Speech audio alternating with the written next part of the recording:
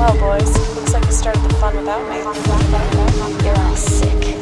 Every last one of you. We're going to need a bigger gun. What's the matter? You scared of things that go boom, boom? Give me one goddamn reason why I shouldn't blow your goddamn brains all over that goddamn wall. There really is an expert this time. Yeah. My name is Eric, not so much the expert here, but with us today, Kaiju is the... Kaiju is the term. All right, so Kaiju expert, not Kaiju. Kaiju is not with us today. No. But really, isn't there a little Kaiju within all of us? Yeah, Michael that's Kessler? something people can say. Michael, welcome to the show. Hey, thanks. It's good to be here. So this was your idea, once again. Yeah. And I love to say that because then if I fuck up, I can It's my blame fault. you Immediately for it. my fault. But you know what? You were the one who pushed us back when we were doing the Black Dynamite thing. Let's just get right into it. And I was not ready, and you said, fuck it, we're doing it anyways. So today, fuck it, we are doing it anyways. But we have another edition of films double feature we'll probably never actually be ready to cover. Uh-huh. What are those films? We're doing Fistful of Dollars by Sergio Leone and Gojira by Ishiro Honda. Holy crap, you're even more prepared than I was ready for. So I'm not prepared because there's just so much stuff to talk about in Fistful of Dollars. And you're not prepared because you literally want to watch every kaiju movie Right, ever exactly. made. And I believe there's still 3 or 4 that you've yet. How many? There's hundreds of thousands. Oh, there's so goddamn many. And it's really just 3 or 4 that you Yeah, I'm haven't down to the bare minimum of what's left. And I think the Roland Emmerich bullshit with Matthew Broderick is still Is that one of teetering the 3 or on my 4? list of should I rewatch that bullshit. God. So we are going to spoil the movies today. We're going to talk a little bit about the whole Dollars trilogy, but I don't think we're going to spoil much. We're going to keep it to Fistful. And if you like monsters, then I don't know what to tell you. I mean, we have to cover some of the other stuff, right? But Sure. I don't think we would cover much more than what's on a DVD jacket of some of these kaiju movies. Yeah, no, I agree. So if you're super afraid of spoilers, you can skip right now, skip over Fistful of Dollars, check that out, come back to it, and just listen to Gojira. Or you could skip Gojira and go to the end of the show, where we have something I don't know what we're doing next week. I do. A Fistful of Dollars is made by one Sergio Leone and a bunch of other people, Sure, actually. there are other people involved in the film. And it is part of the Dollars trilogy. This is also known as the Man with No Name Okay, I was trilogy. just going to correct you, but I guess it's called the Dollars trilogy? Well, listen, so since this show is oblivious to actors, clearly people who call it the Man with No Name trilogy really like The Man with No Name. And while I, of course, being a fan of the film, also enjoy Clint Eastwood's performance as the Man with No Name or the Man with 3 Names, I'm going to call it the Dollars trilogy because fuck that, I just like it better. Yeah, well, I mean, I didn't even... I thought this was Dirty Harry. Going in, I thought that these movies were Dirty Harry. It wasn't until I did a little bit of homework on my own, independently of watching kaiju, Right, independent study, you mean? that I found out that Dirty Harry is actually not a cowboy at all. No, no, not at all. I'm so surprised when you said that. I thought you were just hitting a really dead joke, but you thought this was Dirty Harry you were dealing with. Yeah. No, not Dirty Harry, my friend. We are talking cowboys today on the show. This is, all right, so for people who don't get the trilogy thing, this is a trilogy like the Mexico films are a trilogy. Mexico films inspired a little bit by the Sergio Leone stuff. I mean, come on, Once Upon a Time. It's in the Mexico. West, and there's Mexicans. Yeah, right. Also, Rodriguez loved bringing his actors back and stuff like that. So a little bit of homages here and there. But it's not the kind of thing. A lot of people have seen The Good, the Bad, and the Ugly. Yeah. And they were unaware that there were other films. Well, The Good, the Bad, and the Ugly is one of the highest rated films of all time. Sure. So more importantly than all of that for me is that this is a spaghetti western. It's not the first spaghetti western. I mean, Fistful wasn't until 1964, but it is one of the most emblematic. It is a genre piece if there ever was a genre piece. I don't think that spaghetti westerns, we're playing alternate history when I say something like this, but I don't think spaghetti westerns would exist if it weren't for the Dollars trilogy. While they did exist, throughout the 60s, this is it's the most popular one, and it's what popularized the genre. You see a huge spike in spaghetti westerns after Fistful of Dollars comes out. All right, now I don't want to cut you off and ruin your flow here, but No, not at all. somebody like me, again, somebody going into this realizing this is in fact not Dirty Harry at all, Right. might inquire as to why are they called spaghetti westerns? That's an excellent question, and one that I didn't even think about the first 150 times I said the term spaghetti western.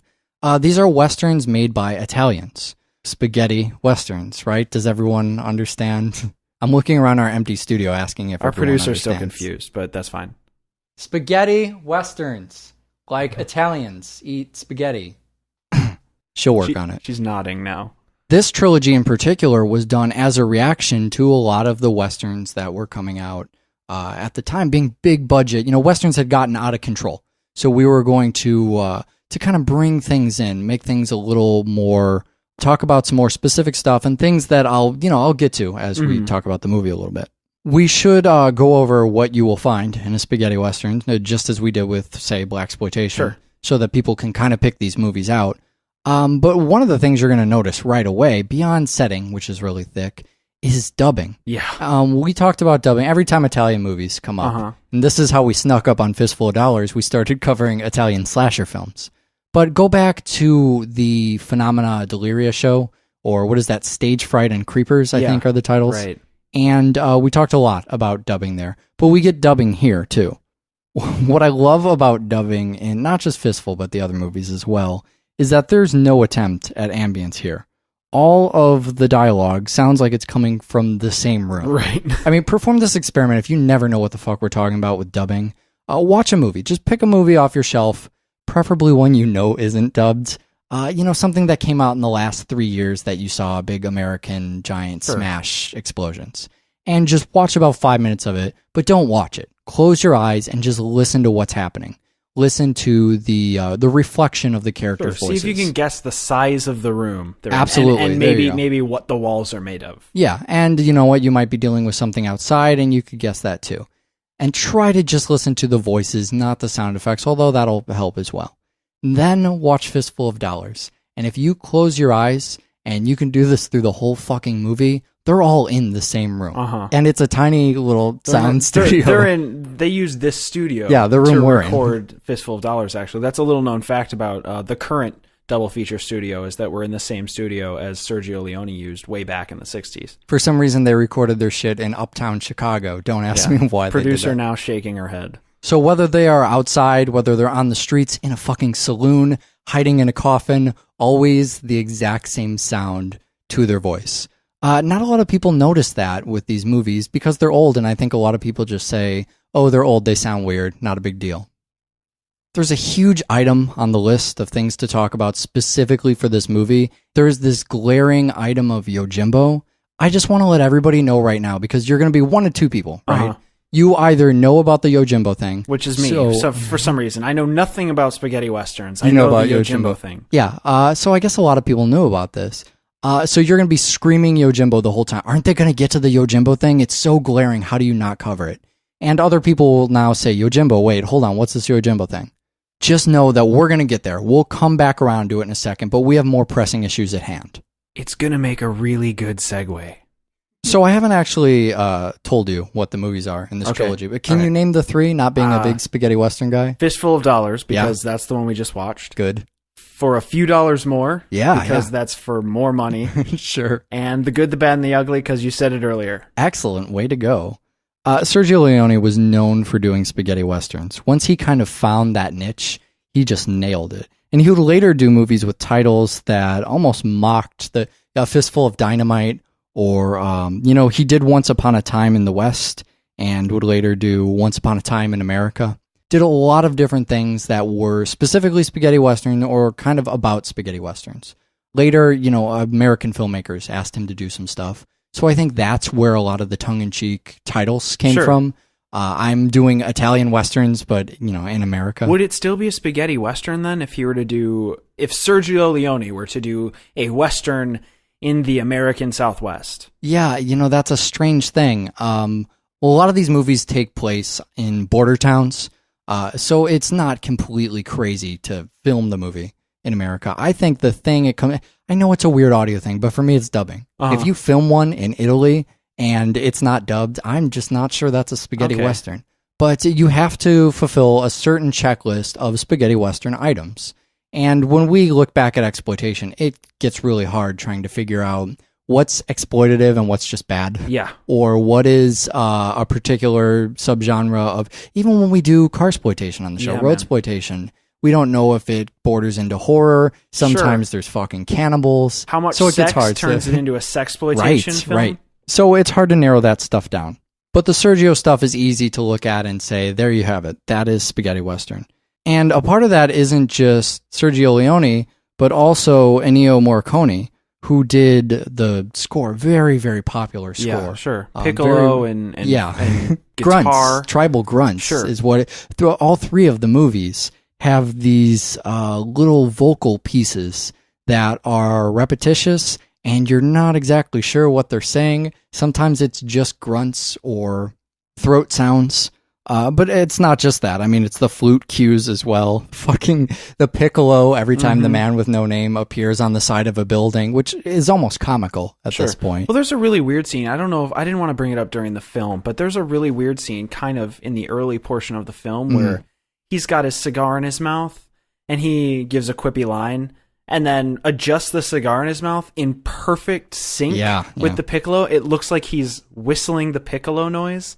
I remember watching it the first time and actually going, wait a second, is that coming from his mouth? Sure. Well, you've picked up on another key detail. Morricone worked hand in hand with Sergio to marry the music to the film, almost to a fault sometimes. Sergio Leone would leave certain scenes lingering on past the point where they, should be, just because he loved the music. And he wanted to do these, sometimes they look like music videos. They fit so well with the music to the point where you go, is that a sound effect? Right. Well, that's, you call it a cue because it seems like it's directly correlated with the movement on screen. Morricone would write a lot of this stuff, almost all of it, before the movie was done, which is sort of the opposite of how it works most often. I mean, you have someone who watches a movie, says what score would fit best here and kind of write something for that part. But Morricone would write these pieces and Leone would kind of direct around them. A lot of it's percussion for me too. I mean, the whip sounds and tribal grunts, and there you have the score for this movie. It sounds so simple. He makes it look and sound so simple, and yet the creativity behind it to make it such an iconic piece. When you hear one of these pieces, you're instantly brought back to that setting. It does that for you immediately. And that setting is, of course, the Wild West. Westerns, I might say, unlike any other genre, have an incredibly, incredibly distinctive backdrop. One that you recognize immediately, more so than in space. Yeah. I mean, when you are in a Western, and a lot of times when you're in a fucking spaghetti Western, just by watching a scene of the movie. Just the location, the time, the way that people are talking to each other. It's one of the reasons that you see Westerns parodied so frequently, because that backdrop is so thick, you can just set your characters in it, and immediately you have a spaghetti Western, even if you don't have the spaghetti or the Western components. And that's not just, Mexican standoffs or fanning the hammer of your pistol, both things you see riddled throughout Westerns. But the way that the man with no name, he comes into town, much like the mariachi from, say, El Mariachi. And you have little to no background about you. I mean, come on, you have no background about this man. You know nothing about him. And he comes up and the bell ringer runs up to him to tell him about the town immediately. They want you to know everything that's going on in the town, set up. I mean, this is pretty exploitative. This is pretty textbook exploitation. It's exposition. He's telling you, hey, there's two warring factions. Here's who they are. This is the conflict. Gives you everything you need to know. And then you also get a kind of pithy, poetic, there's no women in this town. Sure. There are only widows. It says something about the danger of the location, about the conflict, but also about just what day-to-day life in this place is like. This isn't a place where people have fun and dance and hook up. This is a place where everyone is fucking sad and tragic, and for some reason they don't leave. Sure, and we'll talk about conflict. The resolution of this conflict is that the town has been liquidated of human life. Yeah. There are 3 people left in the town, and it's not because there's been some insane onslaught of innocent blood. Right. A bomb hasn't gone off. It's just all the guilty parties have been eliminated, arguably, except the man with no name, who I know you would say is probably just as guilty as the other parties. However, it's that the warring factions have all been eliminated from the scene, and turns out the only survivors are the weirdo bell guy, the coffin guy, who's possibly my favorite part of the film, awesome, and the bartender. Yeah, and everyone else is gone. Women and children have probably been slaughtered at this point or are hiding behind barrels somewhere. But it seems like everyone else in the town is completely wiped out, and not en masse, one by one. They've been wiped out during crimes, during shootouts. He leaves the town, and when he leaves, there's nothing he's leaving behind. So it's not, oh, look, he came in and cleaned up the streets. He didn't clean up the streets. No, well, he cleaned out the streets is what happened. Everyone is just fucking gone. He liquidated the ghetto is what he did. Yeah, that's what it is. The ghetto of this Mexican border town, this, that's what you see in a lot of whether it's explicitly stated or not. You deal with the Mexican army a little bit. There's an idea that this is probably a border town. Mm-hmm. But you also have either Mexican bandits or the Mexican Revolution is a big one. Part of that, I think, comes from these partnerships. Oftentimes, Italy would have partnerships with Mexican studios to make these. Sometimes they would do other foreign studios too. I think French or Germans, big one. And the studios would insist that their actors be involved as well for giving financial aid. So that's why you see a lot of Mexican actors show up, don't know English, but it doesn't matter because everything's dubbed. So whether you're shooting in Italian, you're shooting in English, sometimes you're shooting in Spanish, no one speaks the same language in a spaghetti western. At any given point, you could have actors speaking three different languages to each other all at once, and no one knows because it's dubbed. But to contrast this to other westerns, just the stuff we were talking about earlier, your John Wayne kind of westerns. I'm a Clint Eastwood guy, not a John Wayne guy, so I couldn't tell you a lot about that. But I do know from catching the end of several of these, they're usually really heavy-handed. They say something about justice or about the law, maybe not necessarily abiding to the law, but the role that the law plays in a society, doing what is ethically right or honorable. This movie is not concerned with any of that stuff. It completely strays from having a deep moral message. You have a man here, first of all, with no past, no context for anything. So how do you judge a man with no past? By his actions. That's all you have to do. You have nothing else to go on. And so what does this guy do? He is completely in this for himself. Yeah. He has no connection with any of these other human beings. This man is none other than Clint Eastwood. So this is Clint Eastwood's big start. This is the movie that is still today, even after he's directed, 50 or 90 some movies, this is what people know him for. And Dirty Harry, apparently. I love that he's given credit for this, not because he's an incredible actor in it. He plays a part and he's as much the spaghetti western as anybody else at any given time. Sure. I might even say he carries the film. At least this early in the Dollars trilogy, Clint Eastwood carrying the film, no one's going to disagree with that, right? Yeah, absolutely not. But also, and the reason I love it, is that he contributed so much to his character. And to see that when we get to Yojimbo, maybe you'll see that a little bit more clearly. A lot of the mystery that the man with no name is known for having no fucking name. Right. I mean, that is his name. He's the man with no name. He doesn't have a past. He doesn't have a background. We don't know anything about him. And a lot of that mystery was something that Clint Eastwood insisted on. He wanted lines written out of the movie that explained away too much. So by the time you get to the end product, I believe there's one line left in the whole movie. When he saves the people. Sure. When he saves the woman. And they ask, well, why did you do that? This is the only time you get any insight into his character. And it's awesome because normally you would think, all right, we have no past. We're judging him by his actions. Oh, he did something good for once. He cares about another human being. However, the one line of dialogue lets you know, well, this kind of happened in my past somewhere. The similar situation really sucked. I don't want to see it happen again. So even that is selfish. Right. Even the one person's life who he saves, still an act of selfishness. Earlier, when you were talking about this, you said you knew that I would say this guy doesn't have a moral code or whatever. Right. How do you feel about that?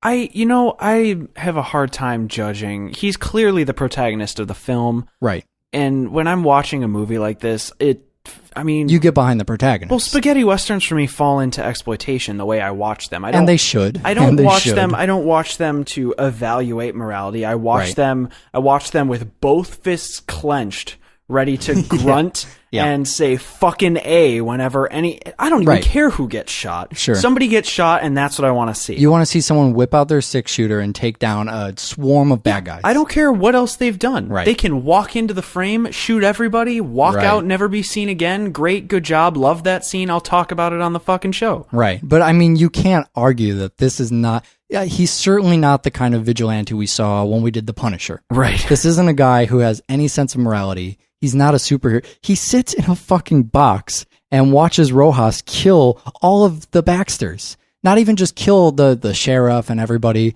but kill them when they're unarmed. Mm-hmm. With their hands up, surrendering. And the man with no name, or who is Joe in this movie, he's given a little bit of a nickname. In The Good, the Bad, and the Ugly, it's Blondie.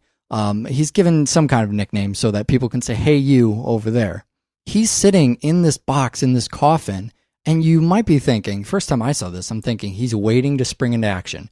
And the sheriff is gunned down, the other man gunned down to his death. And I'm thinking, well, now he's got to spring up and kill these guys, right? He's got to avenge them. And then the woman comes out. Poor fucking woman says, oh, you shot those guys. How could you do that? They were unarmed. And so they shoot her. Cold blood. And only after all that's done, does the man with no name turn to his driver and say, all right, well, I guess the show's Nothing over to see here. We might as well go on. You know, he wanted to stick around long enough to make sure that because he's playing both sides. He's watching the body count. Yeah. He's trying to make sure he knows what he's still up against. Yeah, he has to know the score. Oh, I'm sorry, wrong genre for that. What makes this a pretty unique character is, although he's somebody who's clearly supposed to be a badass, he falls into the camp of not only quiet badass or non-vigilante, gunslinger badass, but the kind of badass who isn't invincible. You see, and they need this before the showdown, but you see a moment where he essentially gets his ass kicked. He's crawling around for the whole last act of the movie. He's on the floor, he's bloody, he's bruised, he's under fucking floorboards. It's kind of like, watching, I remember these moments, first time I saw a big grand trilogy, something like Star Wars, right? Mm-hmm. Which will come up in a minute, probably why it's on my mind. But to see Han Solo frozen in carbonite, to see Luke get his hand chopped off. These were the moments where our heroes, otherwise fucking invincible, had this moment where, oh, hold on, I thought that this guy was going to crush all evil, and then, he's riddled with holes. He's down on his luck. It's that third act thing to let you know this could still go either way. Right. He's not necessarily just going to come in and crush everybody.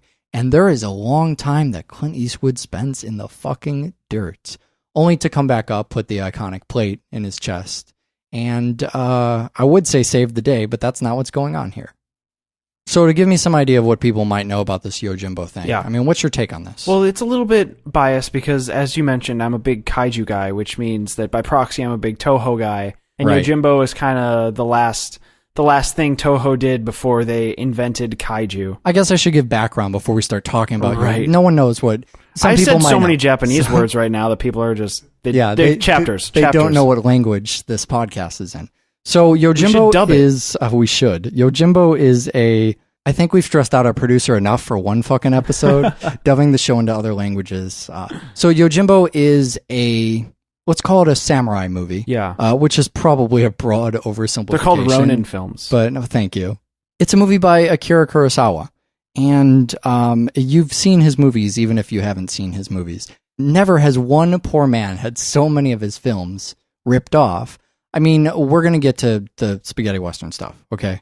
But even just talking about Star Wars a minute ago, the Kurosawa films, The Hidden Fortress, Hero with 1,000 Faces, these were used as the blueprints for Star Wars. The droids walking around, that is Hero with 1,000 Faces.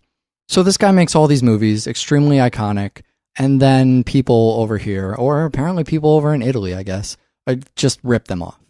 Now, there's a couple different ways to look at this. Give me your perspective on this, because this wasn't something I considered right away. So I was always under the impression that Fistful of Dollars was a remake of Yojimbo. Right. That Sergio Leone had the intention of purchasing the rights from Akira Kurosawa, and he was going to remake the film as a Western, call it A Fistful of Dollars, and that was it. It was supposed to be a remake. It was the beginning of what we now know is a long trend of remaking from one country to the next to make it more approachable to a specific audience. And then I had heard that after production of the film, they were unable to acquire the rights, and so Sergio Leone was sued, which delayed the release of the film, and then finally it was released as its own thing and not as a remake. As a mutual friend of ours says, lose the kimono, gain a poncho. But even the difference between the traditional samurai garb, let's call it, I don't want to call it a dress because then I'll get cut in half with a fucking sword, and this rug that Clint Eastwood is wearing. I mean, the way that your arms kind of fall in it, the opening, this is almost in let's say at least some places, a shot-for-shot remake of Yojimbo. I actually saw Yojimbo the other night again, and just so I would have more of a point of reference, because, all right, so here's basically how this happened. When I saw Yojimbo, having seen Fistful of Dollars, I thought to myself, all right, so maybe there's some things that he stole. They were both based on... Yojimbo, anyways, was based on Red Harvest. It's based on a book. Maybe they're based on the same material. There's some stuff going on about a play or an opera that they both kind of take stuff from. And I'm thinking, all right, so he stole some stuff. Sergio Leone stole some big stuff, big pieces from this movie, and tried to pull the wool over everybody else's eyes. But then watching Fistful again today for the show, I'm thinking there is no way there's an accident or he thought he was fooling. It's really shot for shot in places that don't make sense. The scene, for instance, he's crawling around under the deck or the floor or whatever, the scene I talked about. There's no reason to put that in your... I mean, if you have, let's say the worst thing we can about someone who's plagiarizing, they have no creativity. Something that's the worst thing to say, but also probably what they expect. You have no creativity. You're going to steal a movie from another person. Sure. You're going to say, I want to create Yojimbo with cowboys, and that's where you start. If you have no creativity, you at least have the smarts not to deliberately it would take more effort to have him crawling along under the stairs or whatever than to hide behind a barn or in another barrel or something. You know what I mean? That is something that clearly Leone must have set out to remake the film. But then he was sued by Kurosawa. Right. And this is what makes me think that your story is probably the more likely. Once he was sued, and by the way, Kurosawa won that lawsuit. The producers won that lawsuit. And I think it was 15 or maybe even 20% of the proceeds of Fistful of Dollars had to go back to Kurosawa and co. But when he was arguing in court, he was trying to argue points like Red Harvest. He was arguing that he didn't just set out to make Kurosawa's film. And before, where I took what he was saying, at face value, because that's just always how I just accept everything everyone tells me because I'm fucking gullible. I now think that was probably legal nonsense. That was, wait. I'm getting sued now. I need to try and put some distance between, myself and this other film and make it look like I didn't just do a remake. Certainly a lot of interesting background between those two, especially when you think about stuff like Kill Bill draws a lot from... Kill Bill draws a lot from both Fistful of Dollars and from Yojimbo, from the spaghetti western stuff and from a lot of the Kurosawa stuff. I just, mentioned Star Wars. I mean, I don't think anyone's taking Star Wars to task, but it doesn't do it so blatantly. I don't know. I guess if people are really interested in that, the best thing to do is just fucking see Yojimbo. Sure. Right? I mean, just look at the both of them, and then you can try and read between the lines yourself and see what Sergio Leone was doing there. All right, so to move seamlessly from Italy to Japan, as we've already done with our fantastic Yojimbo transition here. Thank you, Kurosawa. So Toho. We're going to start with Toho here. What the fuck is a Toho? We're going to get into kaiju real quick. And before we even talk about Gojira, so we're doing Gojira, 1954. I think the new billing for the fucking thing is the original Japanese masterpiece. We're not doing Godzilla, King of the Monsters. Right. That's the American version. We'll get to that too. But what I want to do real quick here, just fast forward your zunes or whatever the hell. We're going to do a quick crash course in kaiju. This is mostly for Eric. I desperately need... So a lot of times on the show, I will ask you questions facetiously. I know the answer, but we need to move in a certain direction, and people have come to expect good transitions from us, because I guess that's what you do when you broadcast. But this time, I really don't know what a kaiju is. Every time right before I say kaiju, I start to pronounce it and then look at you for some reaffirming that I'm doing this. I haven't seen any of this. Okay. Completely pleading ignorance here. All right, so we're going to start. Let's start with Toho. Toho is this Japanese production company. It was a production behemoth. Sure.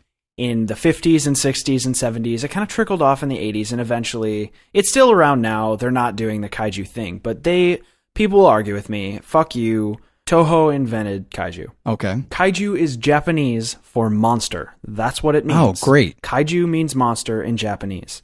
There's different versions. There's Kaiju Eiga, which is, I believe, giant monster, and Dai Kaiju, which is supernatural. I don't know. I don't remember the exact determinations between all the different type of kaiju, which is why I stick to kaiju. Monster movies. So if people are going to argue this, I mean, the point that you need to know as Westerners, I promised you I would not call the movie this, but it is on the subject of one Mr. Godzilla. Yes. If you're talking about Japanese monster movies in the West, Godzilla popularized Japanese monster movies. I mean, there was not... Before Godzilla, monster movies may have existed. Maybe it was not the invention, but in much the way we talked about Sergio Leone popularizing spaghetti westerns, that's a key point when you look at this historically through cinema. Right. So, historically speaking, Toho invents kaiju. Toho invents not only Godzilla. Film's called Gojira originally. All the monsters get super sweet American names, and that's fine. Love them. Toho creates Godzilla. Toho also responsible. Are you ready? I'm going to lose you after the first two names. Uh-oh. Toho creates Godzilla, Mothra, I know. Ghidorah, Uh-oh. Rodan, and they repopularize King Kong. Well, can we... which one's the giant turtle? Toho's not Gamera. Okay, so that's a separate thing. Gamera is the only well-known separate kaiju. Okay, all right. So is that the kind of thing we should probably save for later? I've got a whole different idea for how we're going to do Gamera. Oh, great. And I'm about to explain it. Perfect. So Toho starts these kaiju movies in the 50s, and fucking ridiculous amounts come out. Multiple per year, okay? They have them all fighting each other. They have them fighting King Kong. Sometimes Frankenstein's monster gets really big and fights everybody. Oh, that's great because they own all the properties, so they can do that. Oh, great. So there's just fighting nonstop. It's Freddy versus Jason every year. This is what we're seeing. But Gamera is this other thing where another competing company decides they're going to make this space turtle and come and fight everybody. I love Gamera. Absolutely adore Gamera. Sounds great. So... the early stages of kaiju is called the Showa series. Are you with me? I'm right here. Showa series of kaiju. This takes place from Godzilla all the way until they reboot Godzilla in the 80s. Okay. This is basically it's the majority. It's like something like 50 or 60% of all kaiju films take place in the Showa series of kaiju. So we're talking about, what, 3 decades or something? It's ridiculous amounts of films. And it's all denoted, the original, so in Gojira, and we'll get to this, Godzilla's the bad guy. Godzilla beats shit up and they end up killing him. Later on in the series, he ends up being the good guy. He ends up defending people against King Ghidorah, who's this space monster who comes back later. So in the 80s, Toho starts rebooting everything. They reboot Mothra, they reboot Godzilla, they bring back Ghidorah, and Godzilla's bad again. This is called the Heisei series of Showa.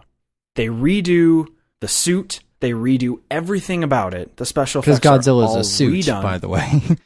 Not in the films, but that is how the films are made. Actually, let's get into that really quick. Okay, sure. The official title for how the special effects are done in kaiju films, this will be easy. This is the easiest thing to remember. All right. Suitmation. Suitmation. That's what they call it. You put your fucking actor in a big costume and then you have them stomp on top of so buildings. it's more, right, I get it. It's suit plus, I don't know, claymation. Sure, it's animation. Got it. I'm right here with you. So the Heisei series, they redo all the suits. The special effects are 80'd up, I guess. I bet those look great, don't they? They look okay. They're more fun. All right. But Godzilla's evil as fuck in these. But they also, Gamera, who has gone completely bankrupt, decides to reboot Gamera too in the 80s. So if we're going to do maybe, let's say, a Heisei kaiju a little bit later, if we want to pair up another one of the Leone flicks, why don't we do Gamera then? Oh, yeah, that'd be good. That'd be good. Yeah, because we need to look at some of that other Leone stuff, too. And if that's not perfect enough, I think you'll remember that we were talking about a trilogy when we were doing Fistful of Dollars. So after Roland Emmerich bastardizes Godzilla, so here's some more fun facts. Godzilla fans will not refer to Roland Emmerich's monster as Godzilla. Oh, wow, really? They called it Gino, which stands for Godzilla I've seen that. in name only. Oh, yeah. So Toho, again, kind of does this thing where they reboot Godzilla again in the 2000s. I'm sorry, I still have to get over Gino. Oh, that's so fabulous. All right, I'm sorry, carry on. So Toho reboots Godzilla a third time for what is called the Millennium series of kaiju, and that is what we're in right now. We are pleasantly in the Millennium series of kaiju. Godzilla's been rebooted, special effects all upped again, still using suitmation. Thank you, Toho.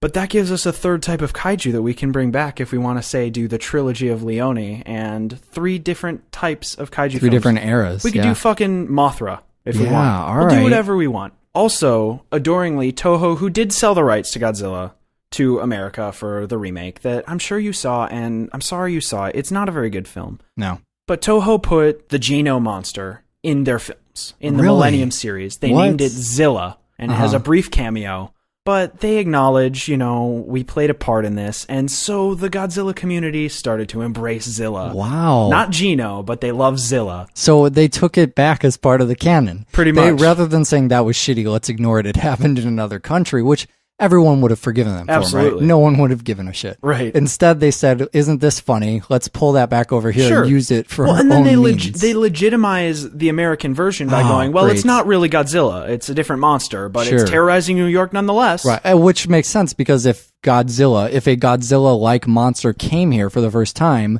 it would be Godzilla. Absolutely. Perfect. So the Toho production studios I adore them for just hanging on to these Right. characters and making sure that everybody's satisfied and doing a great job. I mean, we're talking Gojira in 1954. We are Sure. in 2010, and there's another Godzilla film that came out, I think, this year. There's a new Godzilla film coming out next year, too. They're all over, and it's just fantastic. We're 46 years. Still doing them. These kaiju Still doing fucking 'em. suitmation nightmares that all started with Gojira. So Gojira, 1954. The Japanese make this film. It's low budget, absolutely horrendous special effects, but practical. And practical effects are the best thing to tout about any kaiju film. Practical down to the popsicle stick in this one. So this was the world's first look at Godzilla, the monster. Mm-hmm. In Japan, they released this film, and it gets... it gets the same type of billing as an exploitation film. It's billed in low-end theaters. People just kind of watch it because you see, a monster, and it gets to destroy buildings. That's Sure. all you care about. It's Attack of the 50-Foot Woman, right? Absolutely. Characters are meaningless, one dimension. They're not even there. It's just a monster. There's some nonsense where people rustle around in their seats, and then the monster shows up and terrorizes. Pretty much. That's exactly what happens. Now, in America, they did this great thing in the 50s with kaiju film. And Godzilla's no exception. So you'll notice that I specified we're doing Gojira here, the 1954 version. There's an American remake that came out the same year. It's called Godzilla King of the Monsters. All right, so you're so not talking about this Matthew Broderick thing. No, You're talking about same year, so it's a remake. Yeah, well, essentially what they do is they bring in this Canadian actor, Raymond Burr. They shoot 70% of this film where he's standing, reacting, sitting with a bunch of Japanese actors and voiceovering the entire nightmare. So they just put him into the normal film, Essentially, he gets spliced into the film, but without special effects. It's not like he's standing in the background of things. He's not CG'd in. Again, to talk about the new Star Wars movies. Right, but instead... A day where Star Wars represents all that is evil in cinema. Sorry, Star Wars. Instead, there's a scene where Eye Patch is talking about using his oxygen destroyer. Oh, God. And it'll just cut back to Raymond Burr scratching his chin and nodding. And then he will turn and look at the female lead and ask her what she thinks about it. And then it cuts to what she said in the Japanese Which version would of the normally film. just be a conversation between the two of them. Exactly. He is now this third wheel that's inserted. So that's what, to make people feel like... It's to eliminate subtitles. It's to make people... So they don't do subtitles No, either. it's all voiceover. So people are just saying Japanese shit. Doesn't matter. You don't know what it is. The Canadian is there to tell you what's going on. Exactly. They've inserted a narrator into the film. And this isn't the only time this happens throughout kaiju. This is the greatest exploitation moment that you don't understand right now. The wave that is washing over me. I'm totally new to, wow, this is just amazing. So my favorite thing that happens in all of this American remake bullshit is there's this early kaiju called Varan the Unbelievable. Varan's another monster, comes up out of the water. They all come up out of the water. He can fly. The American version cuts out all the flying scenes, throws in an American actor who's hot on the trail of discovering how to kill Varan, the unbelievable monster. And he finally comes up with this plan where he's going to use a chemical, and it's a chemical that only he knows how to use. Him and one other man, some other Japanese man that he kind of knows generally because they're in the same field. Right, doesn't matter. All right. He's hopping in his Jeep, ready to go head off Varan at the beach, and wouldn't you know it, his fucking Jeep stalls. So he has to call up his Japanese buddy, who was in the original Varan film, to run up under the monster because they don't have any scenes of this American actor with the suit, the monster, the special because effects. that would cost more money. Exactly. So they switch to the other version of the film. They cut to the guy who saves the day, and then meanwhile the American actor is on the phone reacting to all of the wonderful news that Varan has been defeated. This is glorious. So we're doing the Japanese version for that reason. But you get the same effect. The point of kaiju is never the story. People love to laugh at kaiju because of the subtitles. Gojira, the subtitles are fine. Sometimes the subtitles are awful. Dubbing is crown among all. I mean, Japanese cinema in general. Right. The dubbing is a nightmare. It's not dubbing like we talked about in Fistful. It's taking the Japanese version and translating it and then redubbing it. Right, exactly. That sounds painful. But all you care about in kaiju is seeing these monsters. Godzilla's fantastic for this reason. Every time Godzilla rises up out of the ocean, you know shit's going down. Right. That's what I love about this movie. You watch 90 minutes and all you do is you watch the water, wait for the suit to pop up, and then you get to watch him crush those tiny fucking tanks. Oh, and God, does he. Crushes tanks, buildings, eats people, blows up boats. Complete wanton destruction. So, I mean, if you cheated and you didn't watch the movie, and that's excusable because it has a scary Japanese title. Maybe you thought we were doing some Japanese ghost movie 2008 bullshit. So, I don't know. Maybe you didn't see it. It's all miniatures. And we're talking mini miniatures. And they don't even try. I mean, I'm sure they try. They gave it a great effort. But these miniatures, so they try and establish perspective by showing us large tanks. Yeah. And that's probably where all the budget went. You have to get all these large vehicles driving around so we understand here's how people look next to these. And then they show us toys. Tiny It's tanks. the scene that when you see it mocked somewhere else, it's stupid, but I always think of Spice World. Have you seen Spice World? I have not There's seen a Spice scene World. in the Spice Girls movie where they have to do an action shot of a bus going over a bridge or something, and they just use a toy bus, and it's very obviously a toy bus. We saw something similar to that in Orgasmo. Yeah. That's kind of a parody of this. It's really toys. It's so... we're not even watching HD. We're watching it out of your bargain bin DVD collection. It is so obviously toys. By the time they get to the fire trucks, I mean, they're throwing... all their weaponry at Godzilla. Because that's what you do. You shoot Godzilla with machine guns, even though that's never worked. Right. This is really the first time that we can say, well, at least they tried that. Every other movie after this where they try it, they should have seen the first movie and known it didn't work. But they throw all the weaponry at it, and, he's tearing apart everything. And then you see these fire trucks. And the fire trucks are the point of the movie where I went, those are clearly toys. The people flying out of them are not people, they're dolls. And the fire is another one where when the city's on fire, the aspect, the proportions of the fire do not match what an actual fire, because you can't scale fire. Unfortunately, right? fire and water you can't change in a scale. Raindrops as big as people's heads, and perhaps bigger sometimes, and single flames that engulf entire cities. Yeah. It's what I loved about, if you go all the way back to when this podcast was terrible, and we did Prophecy 3, Terminator 3. Yeah.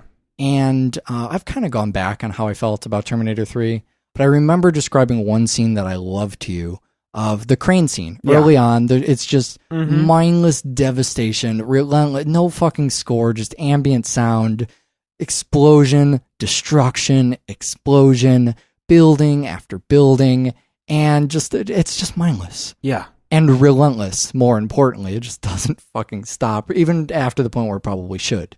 That's what I love about this movie. Absolutely. The carnage starts, and you're tearing apart stupid toy trains, and you just do it anyway, and you keep going. That's the best thing, is that it's almost like, okay, we have a giant monster in Japan. What else can we do with it? Yeah, what are we going to do? The train is my favorite because the train pops up maybe every third kaiju movie, and the train is always the best. Yeah. Because the monster crushes the train, or they pick it up and slam it into itself. Yeah, or try and eat it. Sure, the train is fun because they stop it in its tracks, quite literally. And that's where you really see this monster toying. They're playing around. It's a little kid. I mean, it's a man in a scale city stomping around, swinging his arms. Later on, Godzilla gets a little bit campier, and there's scenes where he's jumping around and dancing. Oh, wow. It's really strange in some of them, but they're all enjoyable. The other thing that I love about Godzilla, and kaiju as a whole, but specifically Godzilla, that noise. The Godzilla scream. It sounds like a rusty garage door opening. That does not the stomps change. are the... Oh, really? Yeah. They keep that through the... Oh, that's beautiful. Well, they nailed it the first time. Sure. Why change it? I mean, there's slight variations, but it's so clear that if it happens, it's almost like they're going, shit, we got rid of the sound. What did we do? Right. And they just do it exactly the same. Yeah. They lost it in the sound bank and need to recreate it. It doesn't sound like a monster. Yeah. It sounds like you said, it sounds like metal, grinding metal. Sure. It sounds like a monster now because we have that association of Godzilla. But every monster has their own sound. Right. And it sticks to that monster. And some of them don't make any goddamn sense. They don't make sense as to something that could come out of an organic being. Well, whatever. You nailed the first one the first time, and if Mothra sounds funny, is it Mothra that sounds funny? Actually, Ghidorah sounds the funniest. What's a Ghidorah? Ghidorah's a 3-headed dragon with no arms. Oh, and that sounds funny. Aren't you laughing? I love that you said no arms, as if that's the thing that makes it. 3-headed dragon, not a problem. No arms, what the fuck? You expect me to believe that? Okay, so we're talking about Gojira. We're talking about the first Godzilla film. I guess we owe you some origin. Although the film doesn't think it owes us any origins. The film kind of tells you Japan got nuked and radiation made stuff weird and there's trilobites in the ocean and Godzilla comes out of... That's it. That Godzilla comes out of the water. Well, they tell you Godzilla's from the Jurassic period. Sure. That's supposed to tell you where Godzilla... They go, Godzilla is from the Jurassic. There's some kind of shellfish thing. And then sand. The sand is... There's sand, and it's radioactive atomic energy. Okay, go. Pops out of the water, starts terrorizing the city. Man, you want to talk about bear or no bear? Here we have it, right? It doesn't matter. People, stop. We don't have time to talk about where Godzilla came from. He's terrorizing the city. Let's get to work. That's not even the science that bothers me. It's the oxygen destroyer. So at the end of the movie, just out of nowhere, I thought it was the end of the movie, but it's clearly not because he just disappeared into the sea. He's going to come back. And so we need something to thwart him. I thought we were getting some more origins. When Patchy drops some fish food, a little, it looks like an ornament off, a cat collar or something. One of those jingly little. Sure, I know exactly what you're talking about. Yeah. So your disgusting feline, you know where it is at all times. Mm-hmm. So it drops this into the fish tank, and then the fish, they kind of evaporates. Like the idea behind the oxygen destroyer is that it separates all of the oxygen from the hydrogen. This, of course, suffocates the fish because there's no oxygen in the water. Fish need oxygen to breathe. And so then the fish melt, they disintegrate because that's what happens. If you started choking right now, you would disintegrate. And then they use that to kill Godzilla. I don't even know where to start here. Okay, first of all, let's get beyond the plausibility of this one guy invented something that separates whatever. When you choke, you don't disintegrate. Right, that's a fact. But I guess if you're separating oxygen from hydrogen, if you're removing oxygen from the human body, it would probably rip you apart. Okay, disintegrate. Sure, I'll buy that. But what about from the water? Okay, so doesn't that just make the water evaporate? Isn't that essentially what that would do? So as I see it, I'm not going to pretend I'm a theoretical physicist, but I do have a number. You dabble. I dabble in physics, and from what I understand, if you were to remove all the oxygen, and this would depend on how quickly the machine worked. Let's say it's an instantaneous thing. Okay. If you were to instantaneously remove the oxygen from any given point of the ocean, what you would be left with is a bubble of residual hydrogen, which is another gas. Sure. Water is made of 2 parts hydrogen, 1 part oxygen. You separate the oxygen, it no longer becomes water. It becomes hydrogen. Right. The rest of the ocean would fill in around the gap where the oxygen was once, and you would have a big hydrogen bubble that would float up to the surface and kind of disperse into the atmosphere. It would kind of dissipate. Right, there'd be no problem. Unless, I guess, if you were trapped in the bubble, you would not be able to breathe until the bubble reached the surface. So that's all talking about the theoretical aftermath. We're not talking about what kind of atomic reaction such a machine would cause by instantaneously splitting. Because I think the idea there is one that the film maybe didn't understand, but that could be, again, translation. The idea is there, you split an atom, you create atomic explosions. Maybe if you split a hydrogen an oxygen molecule, it would create... There'd still be energy released, but it wouldn't be... Sure. It wouldn't be at an atomic And that level. might disintegrate a fish, but that's not what we're told. Right. We are told that... You suffocate. Right. Well, if you're calling it a nuclear bomb that goes off underwater, a molecular bomb that goes off underwater, I'll believe that disintegrates a fish. but it's not because the fish chokes to death. So this all ends in seeing Godzilla's skeleton, which I also have to tell you, I'm really uncomfortable with. Yeah, I don't like seeing Godzilla's skeleton. It makes me feel awkward. I don't think Godzilla's skeleton was in the American version. No. And maybe that's because it's uncomfortable for us whiteys. Oh, you mean the original American version, not the... Fuck, what was the name they called? The Godzilla King of the Monsters? No, the other one. Zilla? Gino? Gino. God, I love that so much. I have to remember that. Gino. Definitely no skeleton in the Gino film. Right. So there's another thing. I mean, we just don't have time. This is the longest show. It's very strange. I didn't expect to have this much to say about kaiju and spaghetti. This is all just coming out of nowhere, too. We usually have some idea of general themes we can talk about, different things we can discuss. Just getting set up with kaiju takes so much time. I mean, there's still the whole idea of nukes, the U.S. being in the Cold War, mutually assured destruction, and meanwhile, Japan is still dealing with... Please don't nuke us? Yeah, please don't bomb us again. There's a reaction I really like. The death curse guy. In the very beginning, no one's heard of Godzilla. Right. And there is one man who knows the legend of Godzilla because you need one guy. And I love, the fishing was bad. So we sacrificed girls to Godzilla. I mean, so he wouldn't eat us. Right. There's just the reading the subtitles of that, going, we sacrificed girls. And why did it reminds me of when we talked about in Bright Falls. I think I've killed a deer, completely different thing we're talking about. But so much of the kaiju stuff that I feel like we got to come back to this. Oh yeah, we can do it. We have to do it. I would love to. Do you think we can sneak that into year 3 or are we going to have to wait a while for that? We have space, right? We could do at least another one. If you're cool with these. more kaiju, why don't you shoot us an email? More kaiju, more spaghetti western shit. If you dug this, if you want to hear more of us yap about stuff we're really not 100% sure about, I can say more Japanese words that I don't know the real definitions of. Excellent. And I can try and pronounce more Italian names. Perfect. Your Japanese is so much better than my Italian. Well, that is doublefeatureshow@gmail.com, or at least it's more naturally delivered. Let me say that. It doesn't sound as awkward coming out of your mouth until now. Doublefeatureshow.com is the website. Doublefeatureshow@gmail.com. You know what? Do this.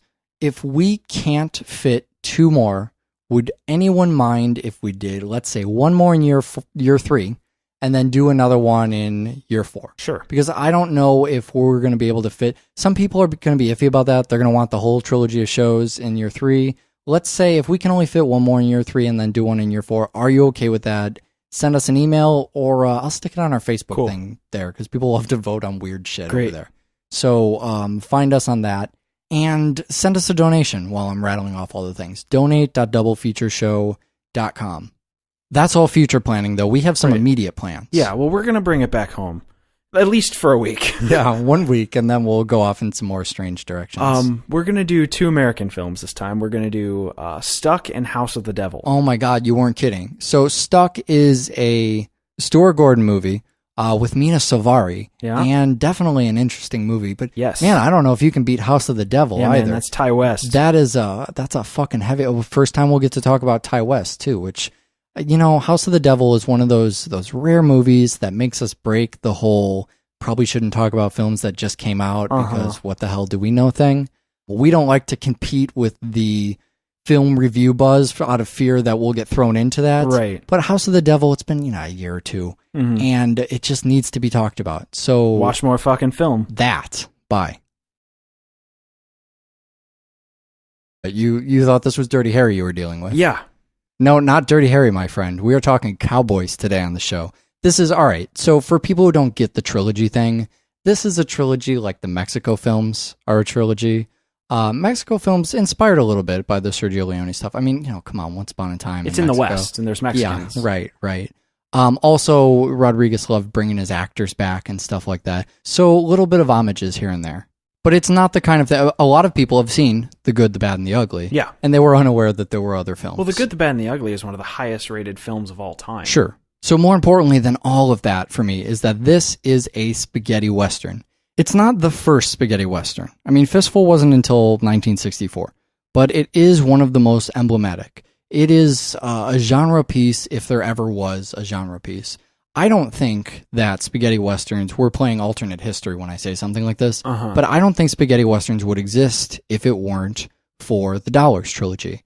while they did exist, throughout the 60s, this is it's the most popular one, and it's what popularized the genre. You see a huge spike in spaghetti westerns after Fistful of Dollars comes out. All right, now I don't want to cut you off and ruin your flow here, but no, not at all. Somebody like me, again, somebody going into this realizing this is in fact not Dirty Harry at all, right, might inquire as to why are they called spaghetti westerns? That's an excellent question, and one that I didn't even think about the first 150 times I said the term spaghetti western.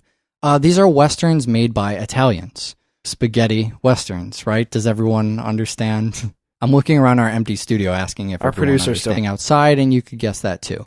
And try to just listen to the voices, not the sound effects, although that'll help as well.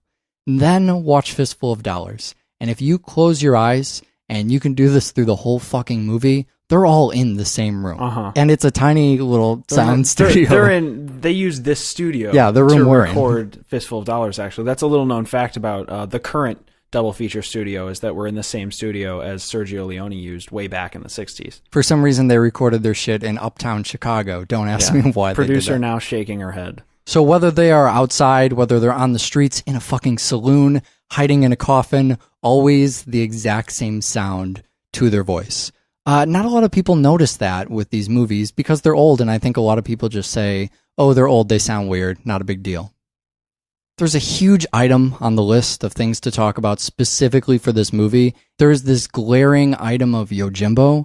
I just want to let everybody know right now, because you're going to be one of two people, right? You either know about the Yojimbo thing. Which is me. So for some reason, I know nothing about spaghetti westerns. I know about the Yojimbo thing. Yeah, so I guess a lot of people knew about this. So you're going to be screaming Yojimbo the whole time. Aren't they going to get to the Yojimbo thing? It's so glaring. How do you not cover it? And other people will now say, Yojimbo, wait, hold on. What's this Yojimbo thing? Just know that we're going to get there. We'll come back around to it in a second, but we have more pressing issues at hand. It's going to make a really good segue.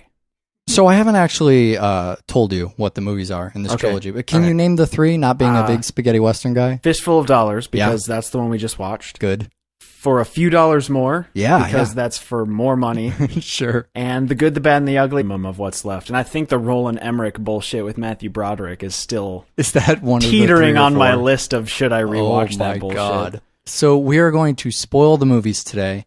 We're going to talk a little bit about the whole Dollars trilogy, but I don't think we're going to spoil much. We're going to keep it to Fistful. And if you like monsters, then I don't know what to tell you. I mean, we have to cover some of the other stuff, right? But I don't think we would cover much more than what's on a DVD jacket of some of these kaiju movies. Yeah, no, I agree. So if you're super afraid of spoilers, you can skip right now, skip over Fistful of Dollars, check that out, come back to it, and just listen to Gojira. Or you could skip Gojira and go to the end of the show, where we have something I don't know what we're doing next week. I do.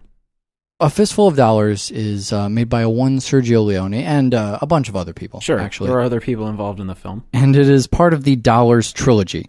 This is also known as the Man with No Name trilogy. Okay, I was just going to correct you, but I guess it's called the Dollars trilogy? Well, listen, so since this show is oblivious to actors, clearly people who call it the Man with No Name trilogy really like the Man with No Name. And while I, of course, being a fan of the film, also enjoy Clint Eastwood's performance as the Man with No Name, or the Man with Three Names, I'm going to call it the Dollars trilogy, because fuck that, I just like it better. Yeah, well, I mean, I didn't even... I thought this was Dirty Harry. Going in, I thought that these movies were Dirty Harry. It wasn't until I did a little bit of homework on my own, independently of watching kaiju. Right, independent study, you mean? That I found out that Dirty Harry is actually not a cowboy at all. No, not at all. I'm so surprised when you said that. I thought you were just hitting a really dead joke, but... Well, boys, looks like you started the fun without me.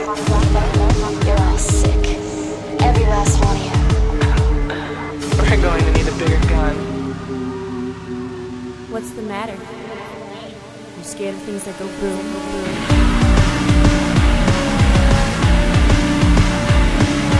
Give me one goddamn reason why I shouldn't blow your goddamn brains all over that goddamn wall. There really is an expert this time. Yeah. My name is Eric, not so much the expert here, but with us today, Kaiju is the... Kaiju is the term. All right, so Kaiju expert, not Kaiju. Kaiju is not with us today. No. But really, isn't there a little Kaiju within all of us? Yeah, Michael that's Kessler? something people can say. Michael, welcome to the show. Hey, thanks. It's good to be here. So this was your idea once again. Yeah. And I love to say that because then if I fuck up, It's can my blame fault. you Immediately for it. my fault. But you know what? You were the one who pushed us back when we were doing the Black Dynamite thing. Oh, let's just get right into it. And I was not ready, and you said, fuck it, we're doing it anyways. So today, fuck it, we are doing it anyways. But we have another edition of films double feature we'll probably never actually be ready to cover. Uh-huh. What are those films? We're doing Fistful of Dollars by Sergio Leone and Gojira by Ishiro Honda.